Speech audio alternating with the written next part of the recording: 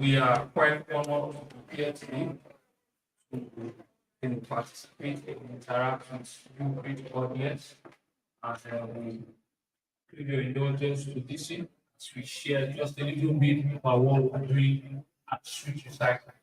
Today, I want to talk to us about the imperative of a circular economy in unlocking growth opportunities through sustainability and ESG innovation. Of course, at Swift Recycling, there are four key pillars. We have the plastic for wealth, plastic for cash, we have plastic for health, we have plastic for charity, and then we have plastic for innovation.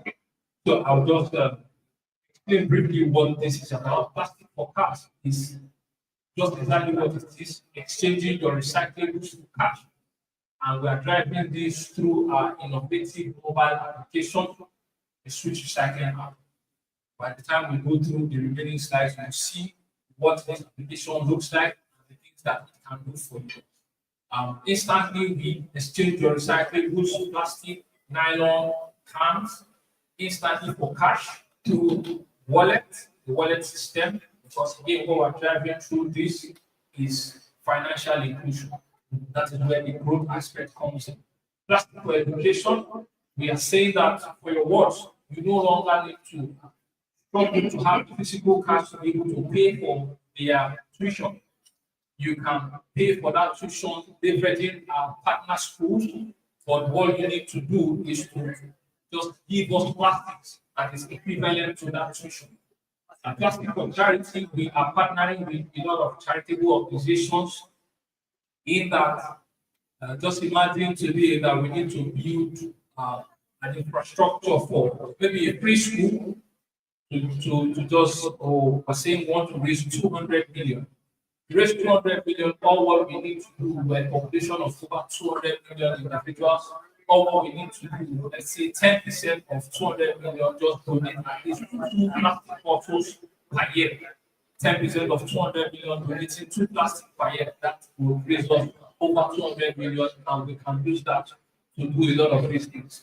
And there are also partners which we have onboarded on the application where you can donate as little or as much as you want through your plastic when you do exchange them on the application. And plastic for health, we are looking at partnering with HMOs in that you will need to just pay for your hospital bills or Medicare as well with just exchanging your plastics. Now, looking at the challenges, of course, we are well aware of the waste challenges we have in the country today.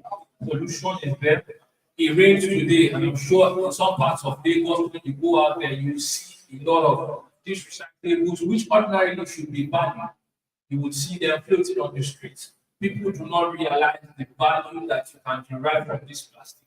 So some of these challenges, even as it concerns climate change, we are all looking at carbon emissions, and there are a lot of carbon savings that we can do or we can save by just ensuring that our recyclables are properly disposed. Right. So actually, we did not just waste, we saw an opportunity. There's a you are seeing, or what we are seeing is an opportunity for you to create wealth and to grow financially. So we are using this recycling revolutionizing how you look at waste today.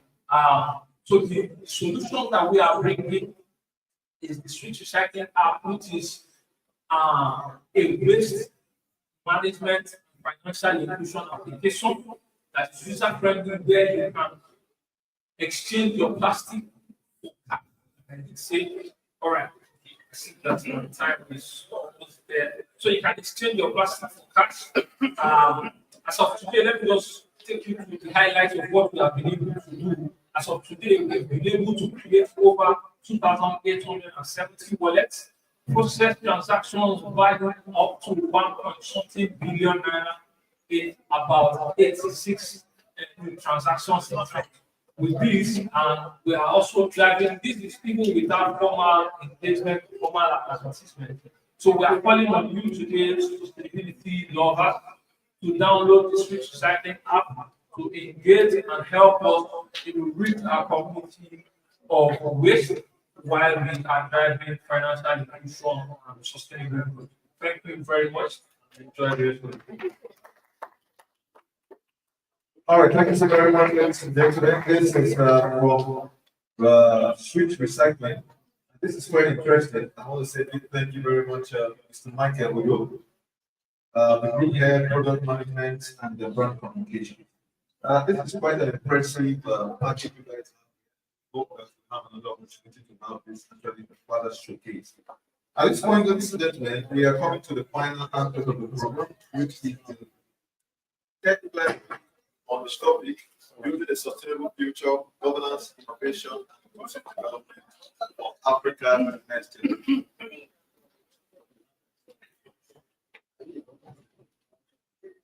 Hello? All right, please, can I have my technical team to help change the battery from this microphone? We need that done immediately because we're going into the last final session. The battery for this microphone is there.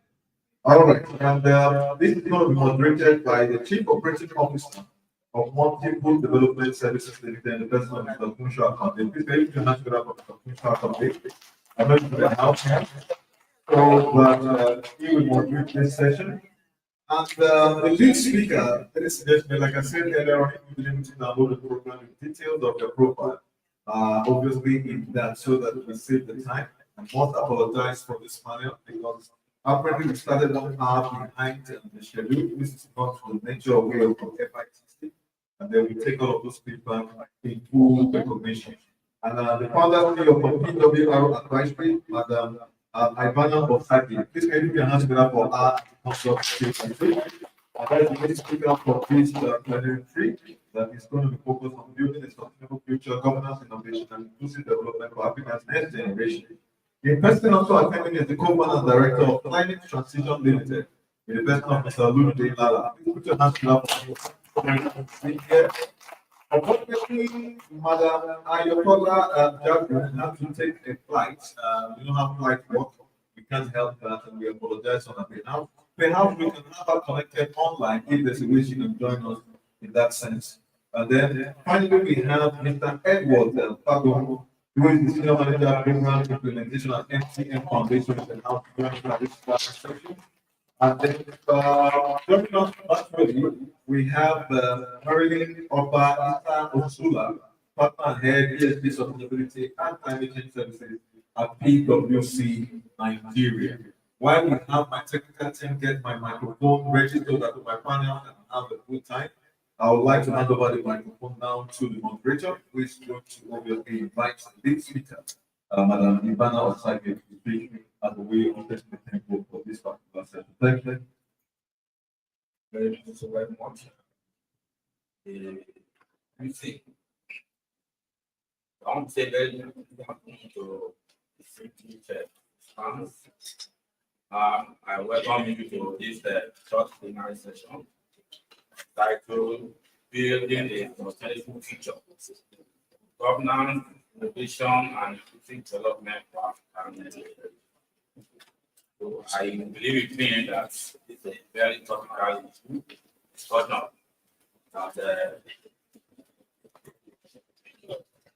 that you thoroughly enjoy this afternoon. Today, because we want to explore the critical role governance, innovation, and inclusive development can do in shaping Africa's future. That's the main theme of African Union Agenda 2063. Why it is of interest to me is the fact that the vision is prosperous, peaceful, and integrated Africa, and it's driven by citizens. And this vision is to emphasize on good governance, democracy, and the respect for human rights as essential for growth of the country. So we have a very distinguished professionals here, and they will use their expertise on financial institutions, how financial institutions rise to the roots and reduce inequality in our society while promoting environmental sustainability. So in the course of this session, we are going to delve into use of ESG implementation, which include data collection, reporting, and disclosure. Also, we are also going to discuss the role of innovation in driving sustainability, development, and explore ways to promote inclusive access to innovation, ensuring its benefits are shared by all. So this is the way we can build a more sustainable and inclusive future for African next generation. So to get started, so I'm excited to invite Ms. Baba Osage, who is the lead consultant, and meanwhile, she's the CEO and founder of the Please join me in welcoming.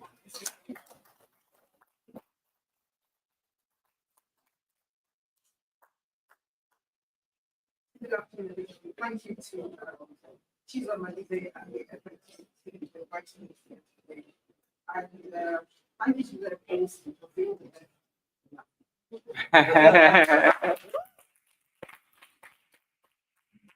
You are here for I'm going to, I'm supposed to speak for 10 minutes, speak for less than 10 minutes, because I know that time is short. Maybe more. Can we move to the next slide? I'd like to set the context today for this conversation by looking at the global landscape. In February 2022, I'm sorry, 2025, President Trump announced to the world that he was reducing the budget for USA by 90%. And along with that, he was also putting out another $350 billion costs USA spend outside the US. In the same month, the UK government also announced that they were reducing their overseas development assistance budget from 0.5% of their gross national income to about 0.3%. This followed up with a reduction in 2021, which was supposed to help them deal with the fallout of COVID. We've also seen the same message come from other European countries, the Netherlands, Germany, and I believe Denmark. And really, there's been a lot happening at the moment. We have the war going on today in Israel and Palestine, oil prices jump, and now thankfully going back down south, although I don't think that in Nigeria you have dropped the pump price, and that happens sometimes too. Generally speaking, there's been lots of geopolitical conflict and trade wars. We saw what happened with China and the US. And again, on that one, I think we're going to. So the world is undergoing a major economic and geopolitical alignment. Things are shifting, relationships are changing all the time. But I'm missing chaos and the fragmentation and services. I personally believe that this will be Africa's greatest power. Why do I say that? Because we have the solutions to the problems that many of the other countries are facing. In everything that's going on, we need to focus on that, build that intracontinental connections, that integration. Post intercontinental trade, it's something like less than 20% today. We need to break that number so that we start to think. I hope you can hear me. Is it loud? Can you louder? It's loud.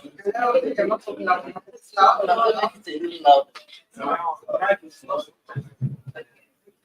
Did you hear better with the other one? Yeah. Did you hear with the other one? Hello. Is it better? So my point was this will be African power because there are opportunities for consolidation and for us to raise intercontinental trade and that integration and build a path to Africa's future and that long-term economic resilience. Let's have a look now at the African landscape. Can we move to the next slide, please? Today, Africa is one of the fastest growing regions in the world. We have a combined GDP of $3.1 trillion as of 2023, and it's projected to hit $4.5 trillion by 2030. And I think about 9 of the world's 20 largest fastest growing economies are in Africa. So surprisingly, actually, South Sudan leads that leads to like, I think about 27.2% projected growth in 2025. I think that's amazing. We have countries like South Sudan, we have countries like Sudan itself. We also have Senegal, Rwanda, we have Uganda. I thought that is a very surprising story.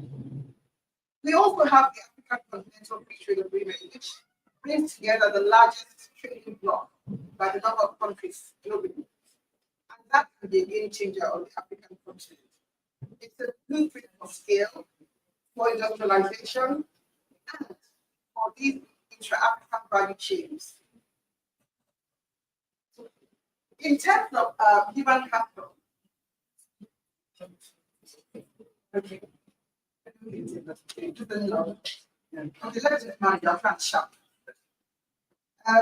terms of human capital, we have the youngest population globally. I think about 63% or even more of our population are under the age of 25. And that can be a massive dividend for us in terms of the labor force, because in other countries, they deal with an aging population. But we need to train them. And that's where one of the gaps are. But having that useful energy makes a big difference. But what we see, for instance, in Nigeria, and even in other countries like Kenya, is that there's lots of innovation driven by the young people. They're very impatient, they're clamoring for change, very strident voices, they're not even quiet. So what happened in Kenya, even as recently as this week. And they look like they're insisting on change, they're insisting on governance happening properly. And that voice is not going to go away anytime soon. Why? Because the more of them are less organized people like themselves. So they're not going to get me, they're going to get now. That voice for change is not going to go away anytime soon. Human capital is not a social issue. It's a developmental economic dividend that we must explore. If we look at the responsibility landscape and look at natural capital, Africa pushes out less than 50% of global emissions from fossil fuel. But yet, we are one of the most vulnerable regions to climate change. And we're also a green powerhouse. We hold about 10 terawatts of potential, 350 gigs of hydropower potential, and we have 60% of the world's uncultivated iron land. That's a lot. Africa has a lot of the rare earth minerals required for electric batteries. So we have a lot of solutions to the world's challenges. And we're very much at an advantage when it comes to being able to tap into the global capital market, because we have this huge capital things in this part of the world. We have the climate, we have opportunities for climate smart agriculture because we have the land, we have the mangrove swamps, and opportunities for regenerative farming. So we can tap into the voluntary and also the compliant carbon markets to generate revenues to help build that infrastructure, to fund that infrastructure gap that we've been dealing with. Also, we can tap into the multilateral finance opportunities, blended finance opportunities, and green finance. And there's the next one, and I hope we talk a little bit about the opportunities for green finance. So, getting finance from people like the Green Climate Fund, Climate Investment Fund, which is incidentally run by Nigerian Tabia Funds to invest in money. And also the Global Energy Alliance for People and Planet, again run by Northern Nigeria. So, the opportunities are there for us. It requires policy and governance framework in place. And I'm happy to say that the Nigerian government has recently put in place the carbon market, the carbon market agreement. So the government of capital in place of putting the policy framework for the for us to be able to tap into the carbon market because we need those revenues. Next slide. When it comes to the fintech space, it's not good in Africa. The world really is focused on digital. And as I was training on course a few weeks ago, I said that it's a case of digitize and die. I was so happy. And it's a solution to financial inclusion, but also there are lots of opportunity there. So in Africa has about 650 mobile users, which is higher than what they have in the US, for instance, in Europe. And money market transactions exceeded $832 billion in 2022. I don't know what the numbers are today. And because we have legacy systems, what that means is that we can actually leapfrog those legacy systems and jump into the future, whereas the other countries are having to deal with those legacy systems. We don't have those legacy systems. So that's an advantage for us. So whether it's EdTech or AgTech or HealthTech, they're all having they're huge opportunities for us. Next slide. Nobody eats potential for breakfast. We really must move from potential to execution and to focus. And for us to do that, there are three fundamental shifts that need to happen. One is having governance and leaders. We need strong institutions. Today we have strong men. There is some strong women as well, but largely men. And we'll talk about inclusion in a bit. We need to have institutions that can enable scale, that can see what the resources that we have, and that can build for everybody, not just for a few. We need to have more partnerships. We need to have regulators that will work with operators. So this cat and mouse game that we have seen between regulators and operators, we want to do with that. So we need regulators that can work with operators because really they have the same objective. They really want to see the space transform. And so we need to have that change happen. And policymakers must work to help bring that, make that happen. We also need innovation that solve those problems. We don't want to just take copycat ideas from Silicon Valley or anywhere else. We need innovation that is contextual, that is home different. For instance, we're not going to solve the electricity deficit we have. This is not going to be great. We really need to break up that thing. And I think if I remember, I heard the government talking about that a few months ago. We need a lot of mini grids. We need to embrace them a lot more than we have. I think a lot of people have embraced them, not because of sustainability, but because of cost, and it's wonderful. We need financial innovation, and there are lots of opportunities for that when the finance happen. And I think that we're starting to take advantage of it. But I think a big area is on the policy side. For instance, one of the innovations that we saw, I think 2 years ago, was on startup bill. And that means that the government started to recognize the startup ecosystem and started to provide support for them, and that was wonderful. Also, recently, the Securities and Exchange Commission released their new regulatory framework, the legislative framework, and now they recognize digital aspects of wonderful. So the changes that starting to happen, we need to see them coming at scale. The final point I want to make is about inclusion. We need to build for everybody. We can't afford to leave anyone behind. I saw some statistics a few weeks ago that let me know. Less than 2.5% of Nigerians earn over 200,000 naira. Less than 2.5% of Nigerians earn over 200,000 naira. How can that be? We have huge inequality and income disparities, and it's a risk to business. It's not just about doing good and helping the poor.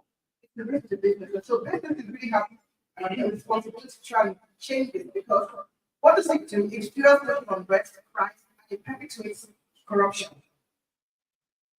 It's income disparities undermines social provision. And also, when you're expecting from finance, land, and education, you're limiting economic growth. Gender inequality is a big one. I personally believe that the solution to Africa's challenge when it comes to leadership is having more women in leadership and governance. Why do I say that? Because we need to have that male and feminine energy working together. The male energy is largely about the one that needs to go out to kill the animals, to do the hunting. And the female energy is largely about the nurturing energy. We need to have both. I don't think one is better than the other. I think we need to have men and women working together, because the plane cannot fly on one wing. It needs balance, it needs to fly on one. So for what we see in the leadership today is largely driven by personal interest, ego. A woman will feed everybody else.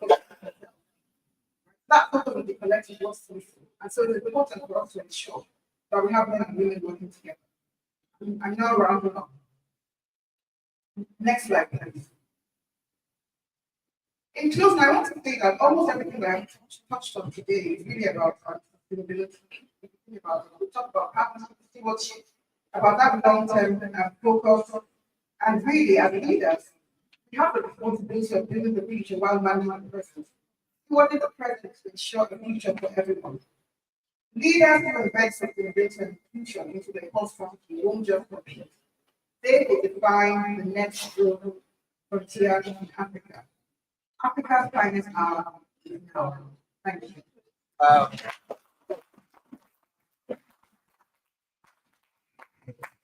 Thank you so very much. Thank you so very much, Madam. We appreciate that. And question. We agree that give justice to that paper. Then we can Thank you so very much. I want to believe that we are all living here today. One new information on here. For instance, do you believe that Africa is the finest moment? If you ask an average African to tell us like what's moment in Nigeria, even in Nigeria, which is even doing better than a lot of Africa. Now, she has found and proved that Africa is in its finest moment.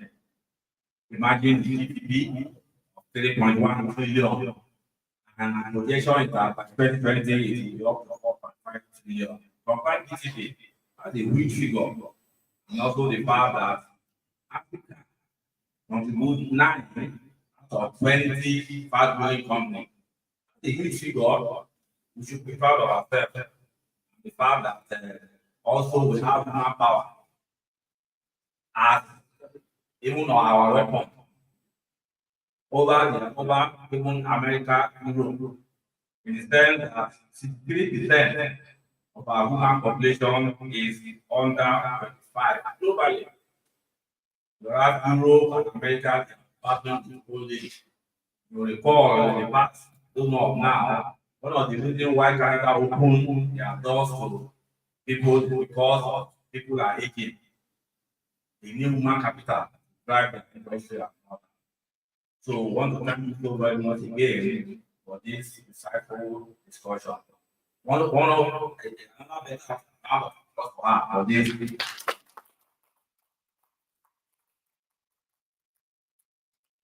So, but one of the challenges of the sad notes is on the conclusion is the fact that less than 2.5% of the population is earning 10,000 and more. It's disturbing. So on that note, I want to ask my first question goes to Mr. Olumide. So what do you think about what opportunity exists for climate fund in driving innovation and inclusion development across Africa? So I by improve on the figures that are not encouraged. Well, good afternoon, and thank you very much for tuning in. The FITC, I'm going to get there. Thank you very much for watching. So I'll try not to bore you, but I think we've listened to a number of statistics, and whilst people see the downside, I actually see it. You said earlier that Europe has a growing population. The sad part of it is that they open their doors. Unfortunately, because we do not see the potential within Africa itself, particularly in Nigeria, we all think, the money is on the other side. The grass is always been on the other side. And so it kind of pains me. Every time I speak to some of my old colleagues, I used to work at my stock exchange, and every time I speak to some of my old colleagues, they've all gone to Canada. They've all gone to the States. You ask yourself, whilst it seems interesting, the only reason why they open the doors to you is because they want your labor.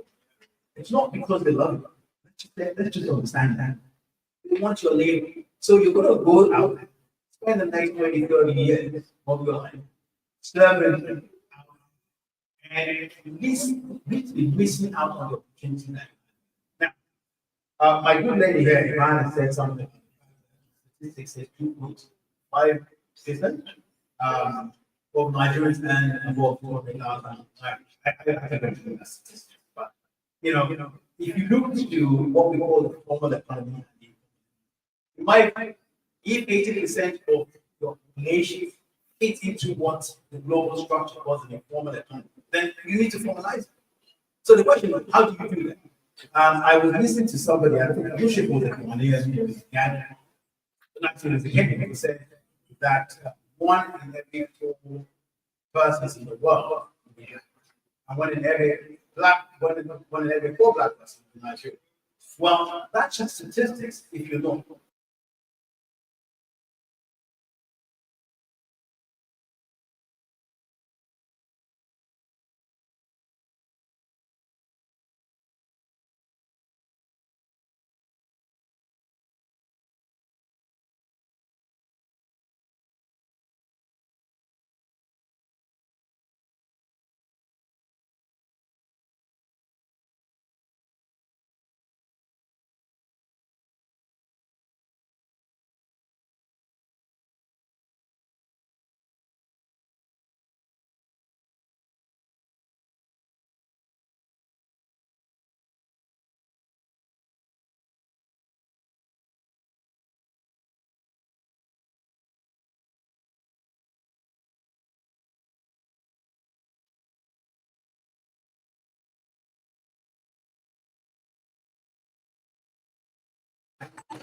That will pay your rent, that will pay your whatever it is that you're looking to buy, and that's wealth.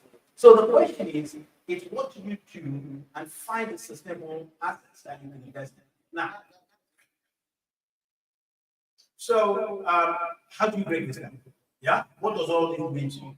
If I ask any of you right now, including myself, can you buy a property in Manhattan?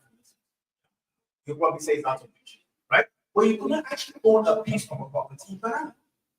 Because ultimately, if you tokenize, and what we saw tokenization, if you break down an asset into manageable units, then you and I can buy them. And that asset appreciates or produces returns, we can benefit from it. So in terms of what you can do, clearly you made reference to climate change. We've spoken all about that. I worked on the Green Bonds program for Nigeria for many years. But the question is, what is it doing for you? Today, solar energy is a lot cheaper than it was 10 years ago. Technology has made it so, right? The removal of subsidies has made gas and diesel more expensive. So, if you, for instance, have a situation where you can invest, right, in a green asset that will provide you return over the next 5, 10 years, that's what you should be looking at. Now, it doesn't really take much if you can break that into units that you and I can afford.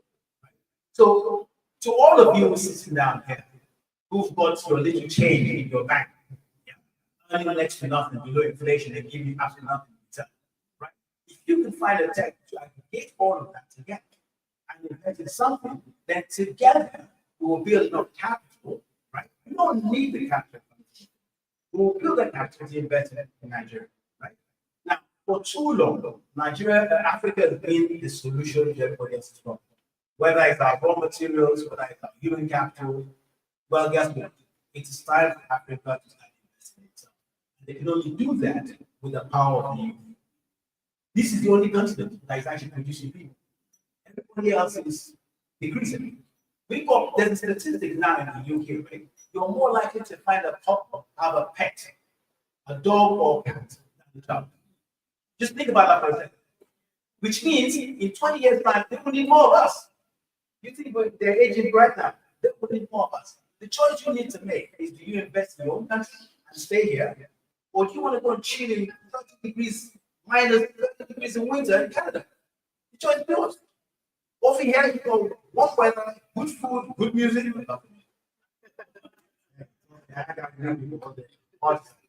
You don't get that in Canada. Don't let them fool you. This is where you need to be. But you need to reorientate yourself.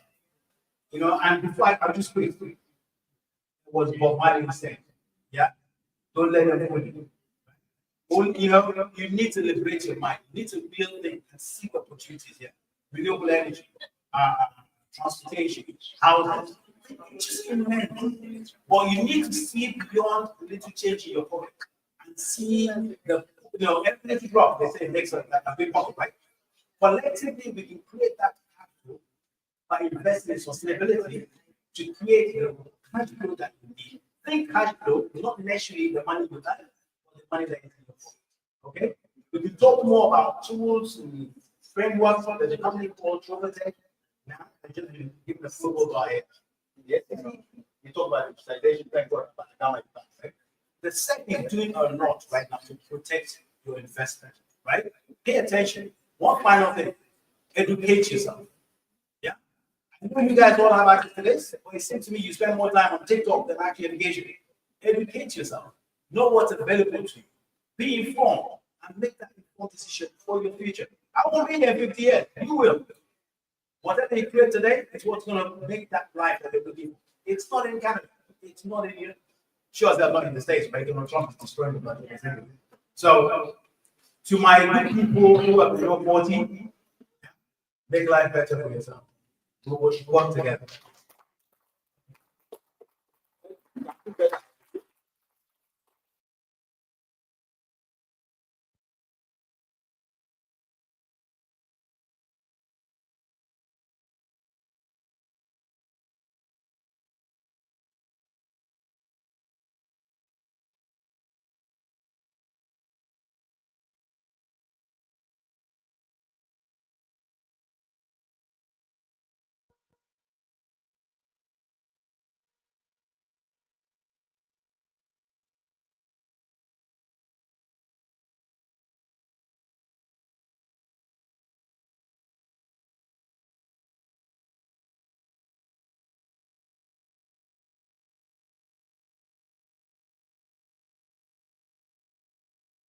Sorry about that. Over 415 billion over more than US and Europe. Now, my question to Mr. Fagbo is organization leveraging digital expansion to drive and catalyze inclusion economic growth across Africa, inclusive economic growth rather. Thank you very much. I hope I can clearly. Okay, so a lot has been spoken about these, but I just want to mention just a few things that organizations are doing to drive digital growth across economic growth rather across Africa. And like the last speaker said, there's a lot of potential in here. If only we invest so much in ourselves, invest in continent. One of the things that organizations are doing is actually investing in digital infrastructure. There's a lot that's going on organized across Africa organizations in terms of investment that have been made into digital infrastructure. Studies have shown that I think by 2025, there's going to be an increase in Africa's GDP by $180 billion or thereabouts through investment in digital infrastructure. And another thing that increasingly we're seeing happening today is innovation and the use of artificial intelligence. You'll agree with me that popular saying, innovate or organizations are increasingly innovating. And because we also have the other speakers who have mentioned the fact that we have a young population, and these guys are asking for new things every day. They're not like the little guys who just taking one thing. There's a lot of investment in innovation. Innovation doesn't necessarily mean doing something new entirely, or doing a new thing. But it could also mean that you are tweaking what you have done, improving it based on feedback you're getting from the users and so on and so forth. And talk about AI. There's lots we can do to that as well. Organizations are investing so much in that because one, it helps for better decision making, it helps to drive efficiency and lowers the cost of running businesses. And so these are a lot of things that are helping to drive economic growth in Africa. Another thing which I think you mentioned too, I wanted to is financial inclusion and digital payments. More than ever before, there's been a lot of conversations in different rooms and different platforms about how to drive for financial inclusion. You go to a lot of different parts of African countries and even in some parts of Nigeria, there's still a lot of people that are not left behind, that are not financially included. There's a lot of efforts that organizations are making. Take, for example, the case of M-Pesa in Kenya, where you have about 30 million users, and that contributes to about 50% of the GDP of transactions for Kenya. That's quite a very, very huge number. And here in Nigeria, also, we're seeing a lot of operators, we're seeing a lot of organizations, startups, and so on, platforms that are being created just to drive financial inclusions and digital payments. So talking about digital payments, we see a lot of that also increasing. Today, you see that I think shortly after COVID, we come to realize that there's a lot we can do without necessarily having to see one-on-one. I was surprised after COVID, you go to the market here, even women who are not digitally savvy are using the mobile money platforms to make their businesses. I met a colleague of ours who works in Ghana, I think 2 months ago. She came visiting Nigeria and she said she wanted to go to Balogun market. And I was excited. I said, oh, she said she heard a lot about Balogun market. She's been buying stuff from Balogun market in the last 4 years without visiting Nigeria. And that's because there's a platform that enables her to make payments and helps her to be able to get the financial needs. So you can imagine the volume of trade that is going on as a result of that. So a lot of organizations are investing in it and taking advantage of what we have. One other thing I'd like to talk about is regional integration. So if you look at what the African Continental Free Trade Act has done is to help drive goods and services across Africa. And we see more than ever before, there's a lot of integration. You can be in Nigeria, you have businesses across different parts of Africa, and that is helping to grow our economy, helping to, catalyze economic growth across Africa. And I think that several organizations are taking advantage of that. I'm sure some who have not started looking at that can also take advantage of that as well. And I think lastly, what I'm going to talk about is capacity building for people. There's a lot we can benefit together, but we don't carry people along in terms of digital literacy. Then there's a lot of mistakes. Today, I know that if you come to cities like Lagos, maybe Abuja, and other bigger cities, you find a lot of people who are using smartphones like that. But some people may not be using for the right way. There's a need to enlighten and educate our people about the use of design. A lot of organizations are driving that, trying to build that digital inclusion, financial inclusion, and digital literacy for young people across the country. I recall that recently, I think during the last JAM exams, when there was some teachings, and you could see that part of the challenge was because a lot of the students could not even use the computers for CBTs. Last week I was in Kano, and some of my colleagues were across the country, and what we're trying to do is to provide tablets to students in secondary schools. I hear that from next year, we're going to be CBT based. So how do you expect students to be able to write exams when they don't even have access to digital tools? And so this is some of the things that we see that organizations are driving just to ensure that we have that inclusivity. I think if we continue to push for that, then we'll carry a lot of. Thank you. Thank you very much. I want to believe that we also be one of the apply. So one thing to pick up again here is how to equip ourselves, how to prepare ourselves for the next generation. And most of you on the audience, we don't do that generation. You don't want to be left out. You need to ensure that it's it. And also, the AI was mentioned, because this will help us ensure efficiency and even reduce the cost of doing it. So once again, you have your phone, mobile, digital equipment you are using to do all this, to equip yourself so that when you are talking about capacity building, you can do it for ourselves, for our own interests.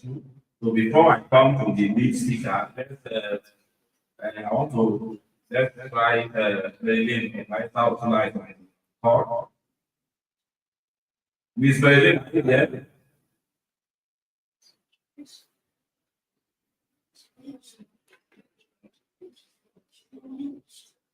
Can you unmute yourself? Can you hear me? Yes, I hear you now. You are welcome. Nice to have you around. Can you hear me? We can hear you. Can you hear us? Hello? Can you hear us?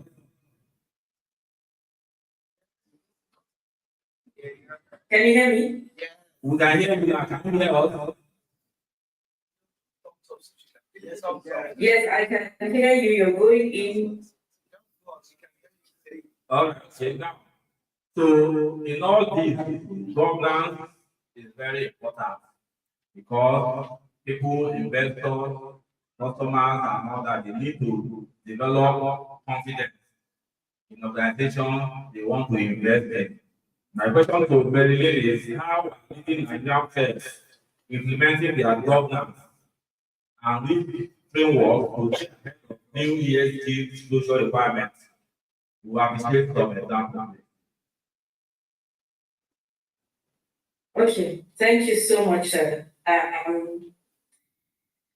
I've been in the room and listening to all the conversation, especially how we have trickled down sustainability and the big picture into the framework of ESG. So if you look at ESG, you will see that we have environment, social, and governance. Governance, especially for the private sector, is not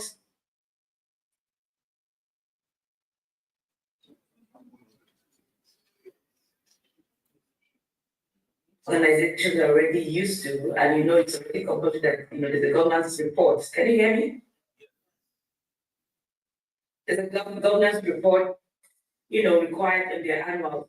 So generally, in my experience, we don't have too much issues with governance. But the area where most people miss out in that governance is that governance has to look at things beyond the normal enterprise risk that we talk about, or the normal enterprise issues that we're used to broader sustainability issues like social, like environment, etc. So in that aspect, you find that a lot of organizations overlook that. And probably this is why, it's now going to be compulsory, to report your sustainability performance as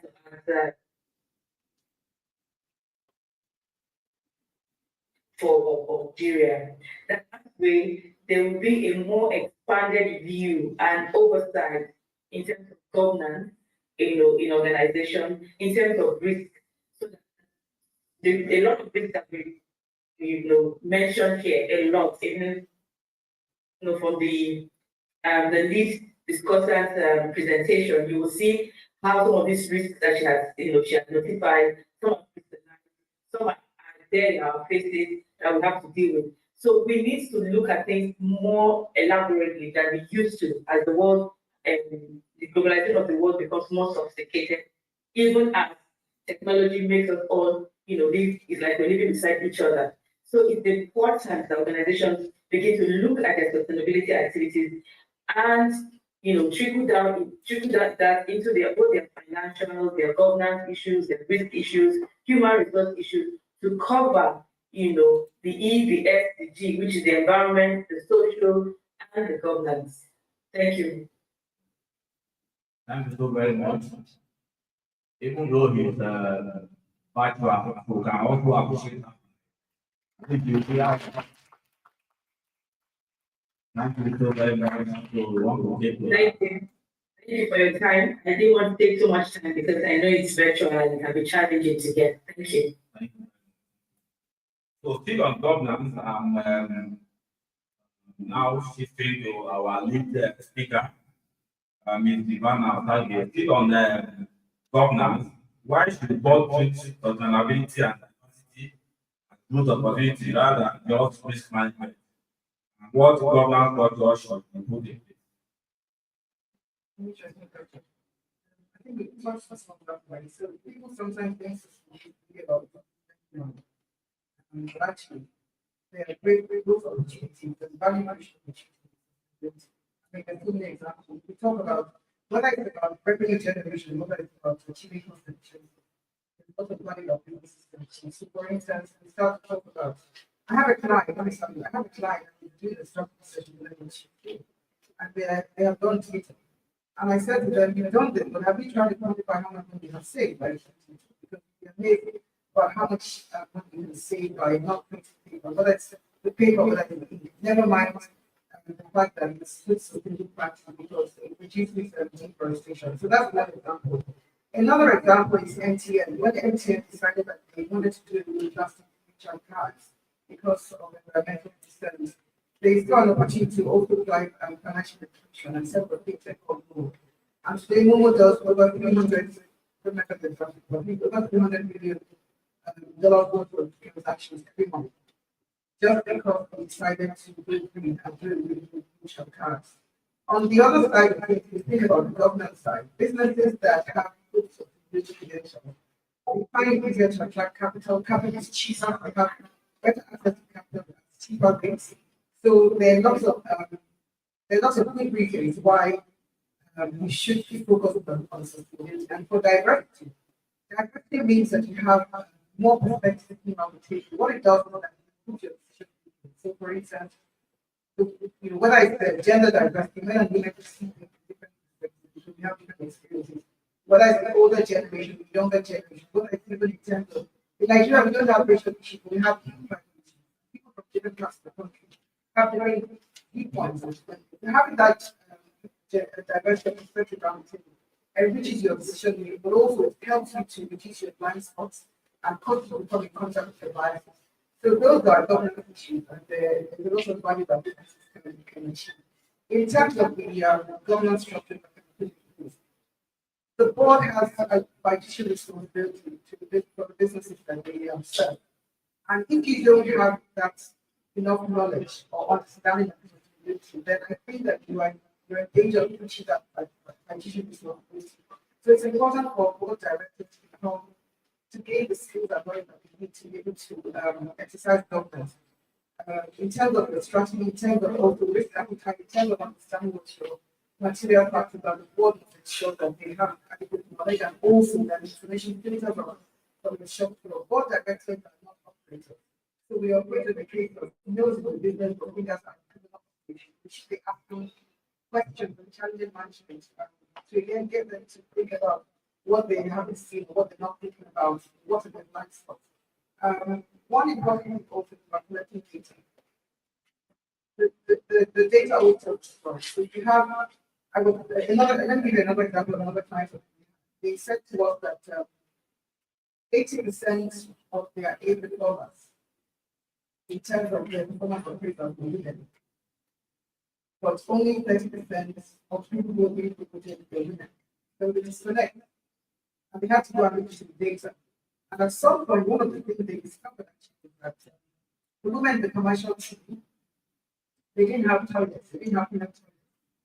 Yeah, because they didn't have women of these teams. And that was actually affected the work because they had to do long distance and they had to do more than one person had to do, someone had to do that. I'm sorry to get to that level of curiosity, but I'm just trying to get to see that the data is. And so collecting data, ensuring that the management submits reports, collect the data, submits it, and that we actually use the data not to collect it. And we can make it. So I'll stop there. Thank you very much. If you are since our next in view of our time, let's quickly go to second question on the panelists. Let me start from how can African countries ensure that economic growth benefit all segments?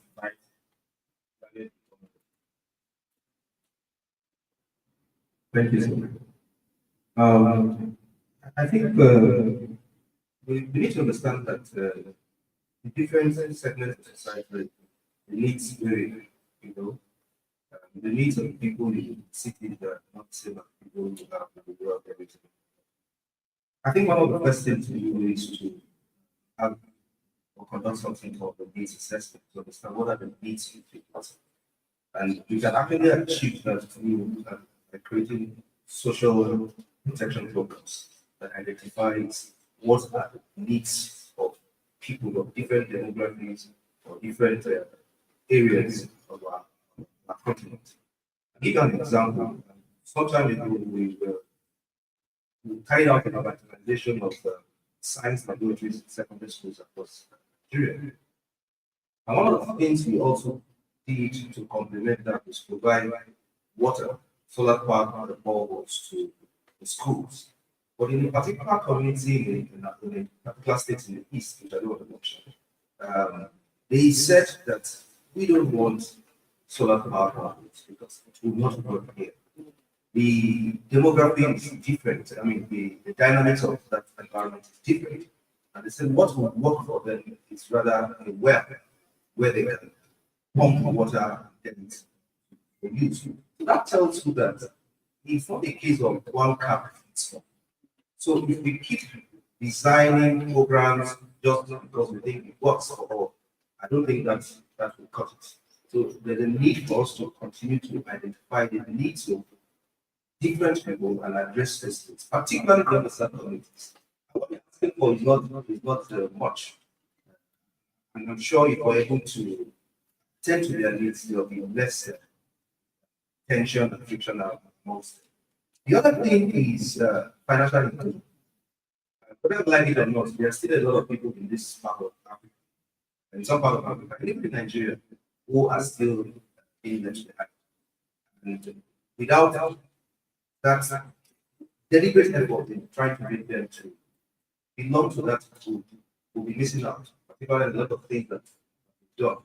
I was impressed when I went to a particular part of the country and I wanted to do a transaction and I was wondering how I was going to get paid. It was a remote part.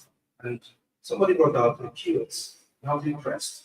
And I wish that we can do more of that and push and drive financial inclusion across Africa. I'm sure that will help a whole lot. And finally, will be capacity building. We need a lot, we can't overemphasize that. I think when people are equipped with the right skills, the right knowledge, they'll do more for themselves and even for the continent as a whole. I think I'll just thank you very much. Thank you very much. All the life tips. We don't need, we appreciate the inclusiveness, especially in the area of financial inclusiveness. Because maybe prior to COVID, a lot of things we are doing now, but so the positive aspect of COVID, you don't have to wait until disaster again before we offer our digital patronage that can get everybody involved. Begin to forward to African generation. My next question is to Mr. Olumide. So, in as far as citizen participation is concerned, what role do you think this can play in shaping governance structure? Thank you. I guess human beings by nature don't like to do rules. Yeah? That's the reason why we have to structure rules to guide. Citizenship is quite important, but I think, in all honesty, we don't need a government to put the policy in place for each of them. Right? You want to be able to sustain the country, there are things you can do just to forward. I like to look at things more from a positive. So COVID came along and the world literally fractured. Right? We couldn't get them to get. Things were hard to get, more expensive today. So look inwards, right? Try and use a lot of the stuff that you don't always have to buy new stuff. Look, we like to go out and buy new stuff. There's been time every time Apple come up with a new phone, there was a long queue outside. It doesn't matter. The phone works. Just use it. Bottles. Try and reuse your bottle rather than carry plastics. One use plastic bottle. Bottle that you can refill. It saves the amount of bottles we plug in our waterways and creating stagnant water, which eventually gets mosquitoes. And sadly, the money that you want to use to invest in this so-called banana opportunity that I offered you earlier, you're giving it to the doctors to fix yourself. So, let's rethink the way we do things. Yeah. Let's not drop things on the streets. Just because, well, it's not our street. Well, guess what? It's our environment. We need to look after it. Yeah? Be more sustainable in what you do. We use stuff. Don't have to replace it all the time. Yeah? In terms of giving your neighbors, just being nice to people, just having a smile on your face, it keeps you healthy. But let's stress. If you don't have to go somewhere, use technology, right? We just had somebody right now who's able to drive 5 years ago, 10 years ago, they don't have to be here. That's more traffic on the street. I give you a practical example. Some of the things you can do to just keep life. So prior to 2011, if you wanted to trade in security on the Nigerian Stock Exchange to your brokers, you literally have to go to the broker to trade. Physically, right? You literally have to go there and physically trade. We were brought in to deploy protocol perfects, and we put in electronic trading. Now just imagine we had over 300 brokerage firms coming to the exchange every single day. Right? If they forgot something in the Keja, imagine the amount of hub that was being emitted from their various cards, right? Today you can trade globally. You don't have to do anything. So not only have you saved time, you save costs, you save emissions, the environment's more healthy, and even the stress from your body, right? For those of you who want to be broken, right? You've got a less stressful job. Okay? So you can translate that into a lot of the things we do. Now, I will leave you with one thing because I'm really passionate about education. I want to say education, I'm not just talking for education.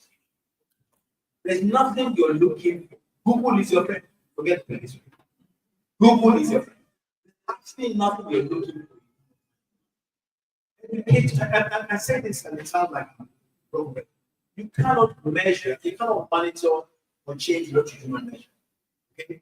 For you to even begin to understand the impact of climate change and climate risk, either your finances or what, you need to even understand what it is. How is the climate changing and how is it affecting you personally? Okay, governance starts at home. When you put governance in place at home, right, it works outside. It amazes me. Yeah, the number of people and the pastors. The number of people that will go to church in the sun. Talk about citizenship. They go to church in the sun. They leave church. They listen to the pastor talk about all of these good things that we're gonna have to do to get into heaven. We don't want to time. We want to get it. Then what do they do? The traffic in front of them. Then they go on the other side of the road. And do faith in their face. And I just have to listen to the pastor. Can you imagine what they're going to do when they get to work? And you're talking about governance.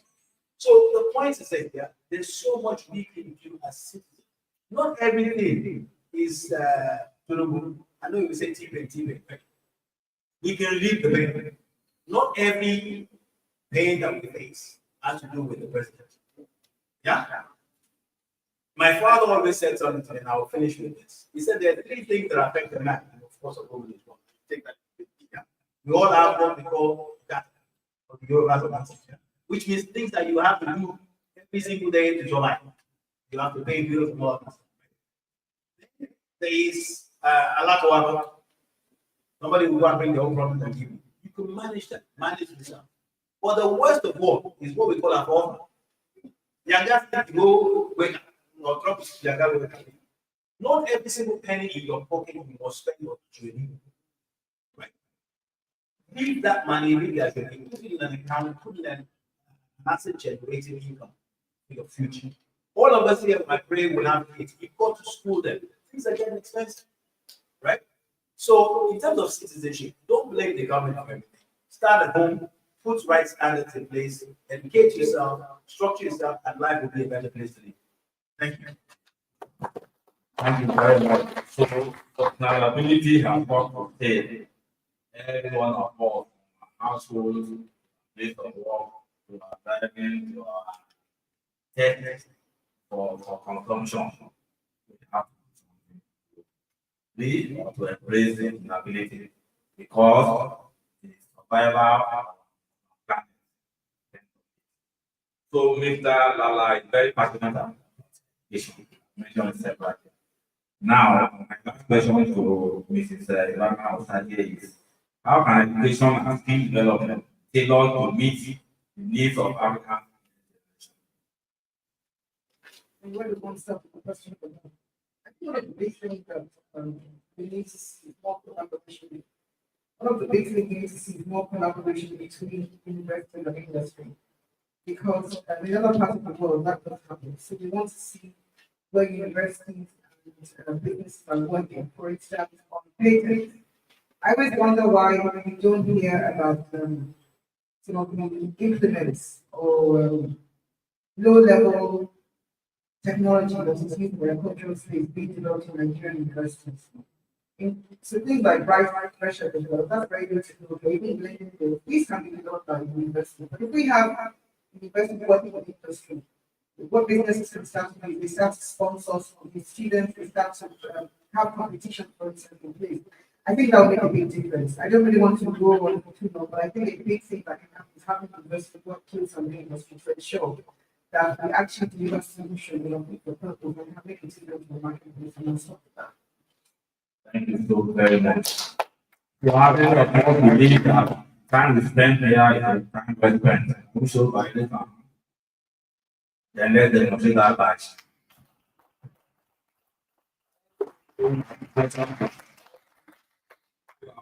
Thank the lead speaker, and for their talk to looking inside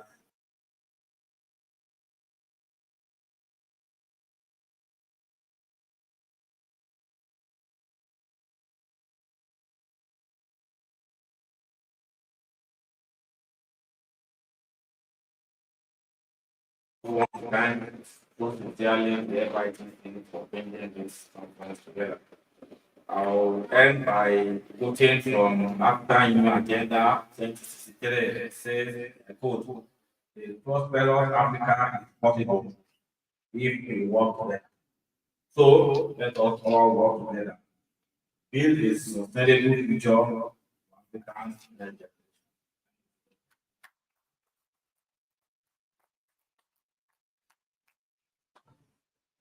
This is fantastic as a matter of fact. Please can you put your hands together for the moment to stand up for the picture? Yes. Great, and let me invite Mr. Felix or Dr. John, please can you come up to help present this as well as take the picture? I wish, these are the kinds of, and I'm not saying this just to be patronizing. I'm very impressed that Mr. Funshaw was the one who managed this particular program. Quite impressive. Everybody has a style of motivation. As a professional master of ceremony and speaker. I'm learning a lot of stuff from you guys, especially with even our lead speaker, Madam Anna Osage. This is fantastic. Your presentation and the passion with which you carry your business is something that one has taken out as a matter of fact. When we have this picture taken, Mr. Lala, you bring a whole lot of interesting perspective. Please, you let us understand those three things your dad taught you. Apakanto, Apawopa, Apodag or something like that. Okay, we'll get to that. Please, without due pleasure. Thank you so very much. Marilyn, I want to say big thank you to you because you are very, very observant and you appreciated the fact that you are online and you gave consideration to our time. Thank you very much. We'd like to apologize to please hold on. We have some flag to present. Let us have the doctors come up and help me present this flag to our speakers as they receive it. This is for Mr. Funshaw Akonde, the moderator of this session. Please, can you put your hands together for Mr. Funshaw? Please, can you excuse us, Mr. Lara and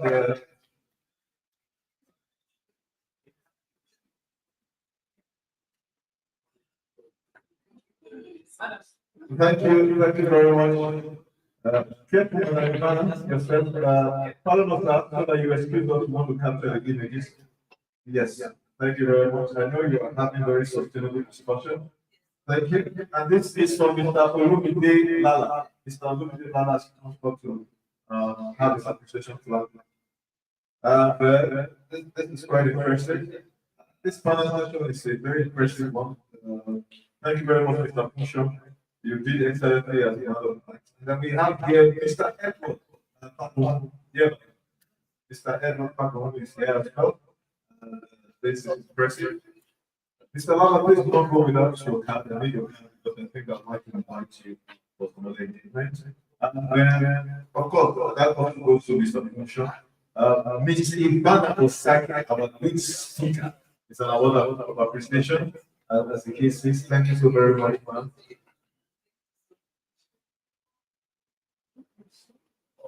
Thank you so very much, as a matter of fact. Thank you for that reminder as well. And then the last but not the least, thank you, Doc. Very good. Thank you very much, Alexander Osage, founder of the PWR Advisory. Ladies and gentlemen, we are not wrapping up the session. Please don't forget, downstairs there's a demonstration by Optimal Technologies. I want you to take an advantage of that. Please make sure you take an advantage of that particular presentation that is going to move on. And on the last page of our brochure, we have our 2025 upcoming ESG programs at the FITC Sustainability ESG Institute. Please take an advantage of that. It happens in July, August, September, October, and November. And so I would like to call at this point in time, one of my organs at the top is going to be helping us do the closing remarks as a matter of fact. Let me quickly announce again, as you are leaving, please be mindful of your personal items. Do not make sure you leave anything behind. I put your hands together for Mr. Alaba, a Secretary of FITC as he comes up to be closing remarks. Please put your hands together for him. Thank you, everyone. Good afternoon. And I'd like to appreciate everyone, particularly all of us that are still remaining in the room at this time. It's quite a long session since morning. And so on behalf of our MDCU, and the convener, Dr. Chido Manise, I say a big thank you to every one of you for honoring our invitation, for attending and participating in this conference, for all that we have shared together, and for all that you have contributed in one way or the other. For the time you have invested, and also believing that you have had a very good time with us today. Thank you so very much. And the MC has said it, we have a lot of programs on the ESG, we have an ESG and sustainability calendar, which has a lot of training programs for organizations and individuals. It's an institute, and we are run. So you can visit that on our website, FITC website, and we're always available to assist, to support, and to make us achieve all our strategic objectives in terms of ESG and sustainability. I'd like to wish every one of us all the best as we live. Join the message back to our various destinations, and we look forward to partnering with you. We look forward to you also attending subsequent conferences going forward. We'll be having this one every year, and we also have this ESG summit as well. So we communicate that with you. Thank you. Join the message back, and all the best. And finally, I would like us to be seated because I know that the FITC team will obviously go around with each one of us that are seated here. And they just give me a moment while you're mindful of your personal item. Let's be sure that I have my paperwork in order.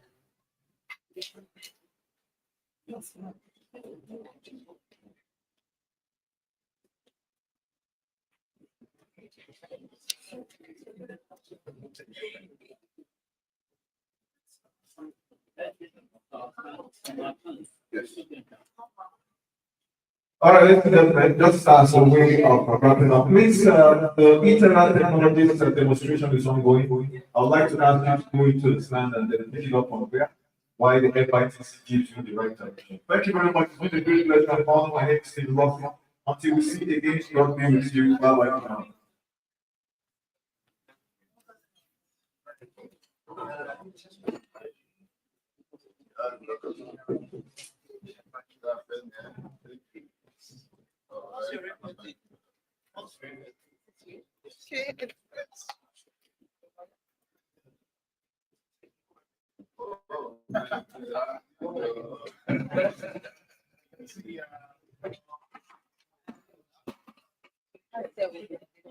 Thanks so much. Thank you.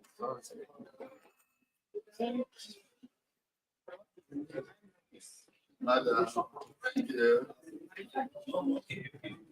She's going to take the function. Yes. Thank you.